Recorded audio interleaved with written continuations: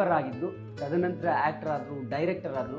Life ಅಂದ್ರೆ ಏನ್ ನಿಮ್ ಪ್ರಕಾರ, ಏನ್ ಅರ್ಥ ಮಾಡ್ಕೊಂಡು? ತುಂಬಾ ಲಾಜಿಕಲ್ ಆಗಿ ನೋಡಿದಾಗ ಅದೇನು ಅಂತ ಅರ್ಥ ಮಾಡ್ಕೊಳ್ಳೋ ಪ್ರಕ್ರಿಯೆ ಬಿಟ್ರೆ ಯಾರಿಗೂ ಕಂಪ್ಲೀಟ್ ಆಗಿ ಇನ್ ಅಂಡ್ ಔಟ್ ಅರ್ಥ ಆಗಿರಕ್ಕೆ ಸಾಧ್ಯನೇ ಇಲ್ಲ, ಆಗೋದು ಇಲ್ಲ.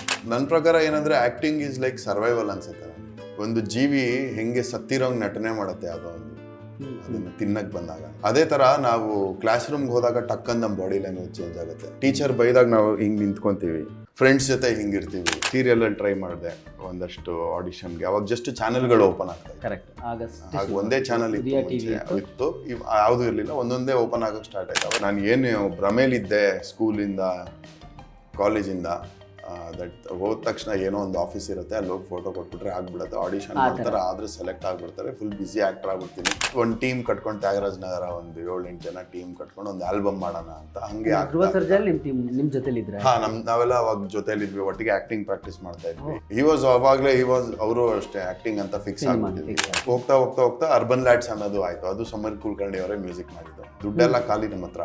ನೆಕ್ಸ್ಟ್ ಟೈಮ್ ಮಾಮೂಲಿ ನಮ್ಮ ರೋಡಲ್ಲಿ ನಿಂತ್ಕೊಂತಾ ಇದೀವಿ, ನಮ್ಮ ಅಡ್ಡಾಲೆ ಗಾಡಿಲಿ ಹೋಗೋರೆಲ್ಲ ನಿಲ್ಸ್ ಮಾತಾಡ್ತಾ ಇದಾರೆ. ಅಂದ್ರೆ ಓವರ್ ನೈಟ್ ಫೇಮ್ ನೋಡ್ಬೇಕು.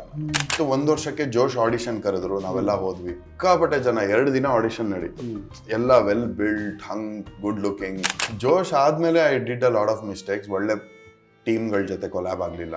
ಹಿಂಗಾಗತ್ತಂದ್ರೆ ಇಮಿಡಿಯೇಟ್ ಫೇಮ್ 2 ಸಕ್ಸಸ್ ಆದಾಗ ಓಕೆ ಮಾಡಿದೆಲ್ಲ ಸಕ್ಸಸ್ ಆಗ್ಬಿಡುತ್ತೆ, ಹಿಂಗೋ ಆಗ್ಬಿಡುತ್ತೆ ಅನ್ನೋ ಒಂದು ಭ್ರಮೆಗೆ. ಬಂದ್ಬಿಡ್ತೀವಿ. ಸಡನ್ ಆಗಿ ಹೋದಾಗ ತಿರುಗಿ ನೋಡಿದಾಗ ಅದು ಸ್ಟಾಪ್ ಆಯ್ತು, ಯಾವ್ದು ಸಿನಿಮಾಗಳಿಲ್ವಲ್ಲ.